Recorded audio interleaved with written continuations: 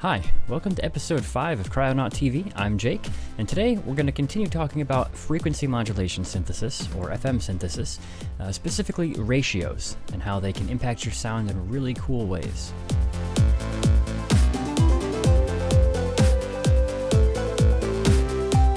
So in our last video, I kind of gave you guys a basic overview of FM synthesis. Today I wanted to dig in a little deeper into the ratio section. So FM8 has ratio here, and then offset, and then operator has this coarse and fine section, as well as a little fixed button. They pretty much do the same thing, but they do act a little bit differently, and if you have a different synth, it may look even different still, but I'm going to give you guys a little bit of explanation on how these kind of things work, and so hopefully you can take that and apply it to your synth, whichever one you may be using, and it'll give you a better understanding of the general sense of how ratios work with FM. So we're going to be using F as our carrier signal, and then we're going to have only E as our modulator, just to keep it simple again. And let's bring it up to 37. So a pretty mild amount of modulation there. So there you can see there's a little bit of an effect, but nothing too crazy. So with FM8, the ratio, it starts with 1 across all of these. Now, if you were to bring this up to 2, well, it moves fast, 2, 3, 4, 5, you're not going up to 2 octaves, 3 octaves, 4 octaves, 5 octaves. It kind of works sort of in an exponential way. I'm not that good at math, maybe that's the wrong term, but it goes from 1 to 2 is an octave, and then it goes 2 to 4, and then 4 to 8, 8 to 16, etc. So it doubles, and that's your octave span. And then the same thing on the way down. It goes from 1 to 0.5, 0.5 to 0.25, 0.25 to 0.125, etc. Again, dividing by 2 in that sense. So keep that in mind. This is a thing a lot of people mess up at first. It makes sense, you would think, to go up to 2 octaves or 3 octaves, but that's not how this works. So as we play a note now, we're at 2.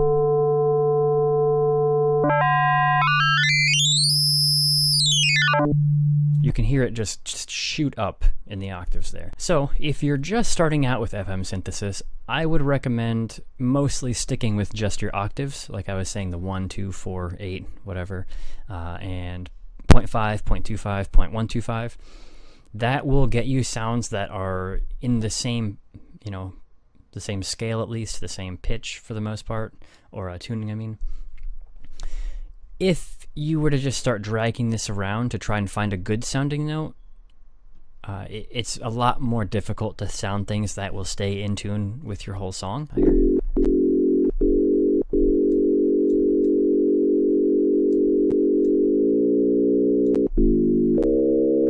You can get some cool sounds like that, but a huge warning for you, massive flashing red lights here.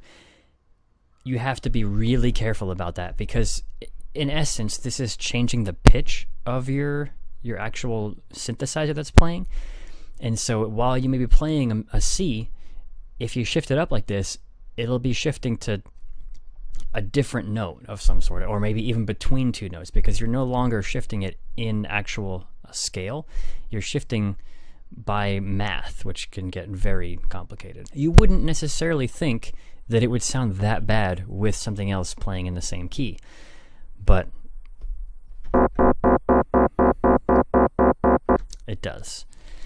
So really be careful about this stuff. Now, another thing, you don't need to just stick with the octaves to make good sounds. If you're just starting out, again, I'd recommend that just to get the feel of overall FM. But once you kind of get the better feeling of that, you can, in FM8 at least, you can use math, again, something I'm not very good at, to figure out what ratios to use if you wanted to use, say, a fifth or a third or whatever. So basically, you're going to take the range, so subtract the top to the bottom one. So subtract 2 to 1, because that's a full octave, and you're left with 1, and then divide that by 12, and then that's how much you need to go up in the ratio for each step of a scale. So that's been the ratio section of FM.